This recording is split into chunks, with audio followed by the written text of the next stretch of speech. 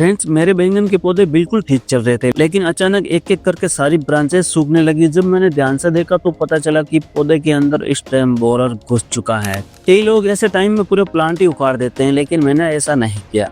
मैंने इसके पहले जो वीडियो बनाया था उसमें मैंने बताया था कि कैसे हमने इंजेक्शन के द्वारा स्टेम में बैठे स्टेम बोरर को खत्म किया था। आप उस वीडियो को देख सकते हो। उसी वीडियो में मैंने बोला था हम सारे प्लांट पर एक स्प्रे करने वाले हैं, जिससे स्टेम और बाहर बैठे स्टेम बोरर, फूट बोरर के सारे कीट खत्म हो जाएंगे। स्प्रे के बाद का जो रिजल्ट था सच में बहुत शॉकिंग था। हमारे इस तरीके से स्टेम बोरर कंट्रोल हुआ या नहीं, आइए देखते हैं इस पूरी वीडियो में। सबसे पहले तो आप मेरे इस बैंगन के प्लांट्स को देखो। स्टेम बोरर ने स्टेम के अंदर घुसकर छेद कर दिया और धीरे धीरे सारे प्लांट को खाए जा रहा था। टाइम रहते हमने ये सब देख लिया और उसी टाइम मैंने स्टेम में बैठे कीड़े को तो मार दिया। बट प्रॉब्लम ये थी कि अगर ये दोबारा आ गए या इसके लार्वा कहीं हैं तो ये फिर से अटैक करेंगे। मैंने अपने गार्डन के अंदर तक 15 प्लांट बैंगन के लगा रखे हैं और सारे प्लांट एक दूसरे से काफी दूरी पर है, बट फिर भी ये प्रॉब्लम लगभग सभी प्लांट के अंदर आ रखी थी और एक प्लांट तो हमारा बिल्कुल भी खत्म हो चुका था इस प्रॉब्लम से। अब हमारे लिए चैलेंज ये था जो भी बाकी पीछे बचे हमारे प्लांट है उनको मरने से बचाना है। अब इस क्यारी के अंदर जो हमारे बैंगन के प्लांट लगे हैं ना, उसमें भी सेम प्रॉब्लम है और उधर जो हमने क्यारी बना रखी है उसमें भी हमने बैंगन के प्लांट लगा रखे हैं और इन प्लांट में भी सेम प्रॉब्लम है। साथ में हमें ये भी सिक्योर करना था कि अभी बारिश का टाइम चल रहा है और इस टाइम सबसे ज्यादा कीटों का अटैक होता है। इसमें फ्रूट बोरर का भी खतरा है, तो हमें उससे भी अपने प्लांट्स को बचाना है। तो चलिए अब सरप्राइज को खत्म करते हैं और उस प्रोडक्ट को अनबॉक्स करते हैं जो इन कीटों से हमारे प्लांट्स को बचाएगा।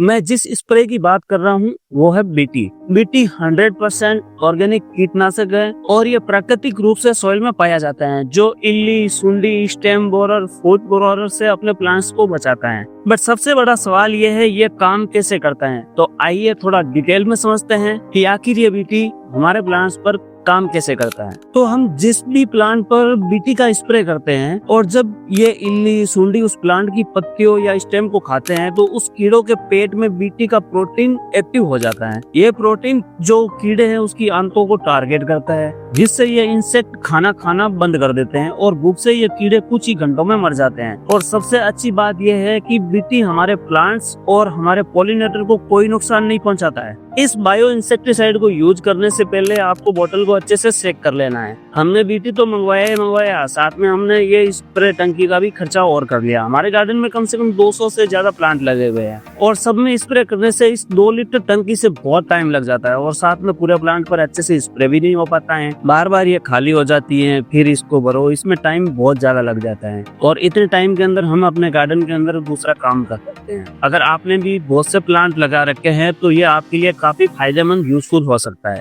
क्योंकि इस स्प्रे टंकी के अंदर आपको पंप नहीं लगाना पड़ेगा। इसके अंदर डीसी बैटरी लगी हुई है तो ये ऑटोमेटिक चलती है, साथ में टाइम भी बच जाएगा। इस टंकी की अगर मैं कैपेसिटी की बात करूं तो लगभग ये 20 लीटर की बोलती है, लेकिन इसके अंदर मैक्सिमम 18 लीटर ही हम डाल सकते हैं। तो चलिए अब शुरू करते हैं हम अपने स्प्रे की डोज की, हमें डोज कितनी लेनी है। तो मैं जो डोज ले रहा हूँ वो 18 लीटर के लिए 150 ml बीटी डाल रहा हूँ, बाकी 18 लीटर हम इसके अंदर पानी डालेंगे। एक चीज और आप ध्यान रखना, हर कंपनी की डोज अलग अलग होती है, इसलिए एक बार बोतल के लेबल पर जो डोज लिखी है वो जरूर चेक कर लें। अगर आपको लेबल पर लिखा हुआ कुछ नहीं मिले तो आप मुझे कमेंट भी कर सकते हैं, मैं आपको परफेक्ट डोज भी बता दूंगा। तो चलिए अब करते हैं हम अपने सारे प्लांट्स पर इसका स्प्रे और साथ में टंकी का प्रेशर भी कैसा है वो भी चेक कर लेते हैं।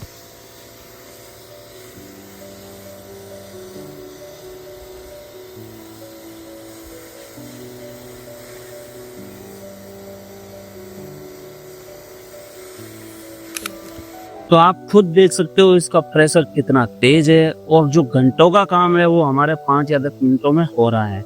अभी हम इसका स्प्रे अपने सभी प्लांट पर कर रहे हैं ताकि स्टेम बोरर के साथ साथ फूट बोरर, पत्तियां खाने वाले इल्ली का भी परमानेंट इलाज हो जाए।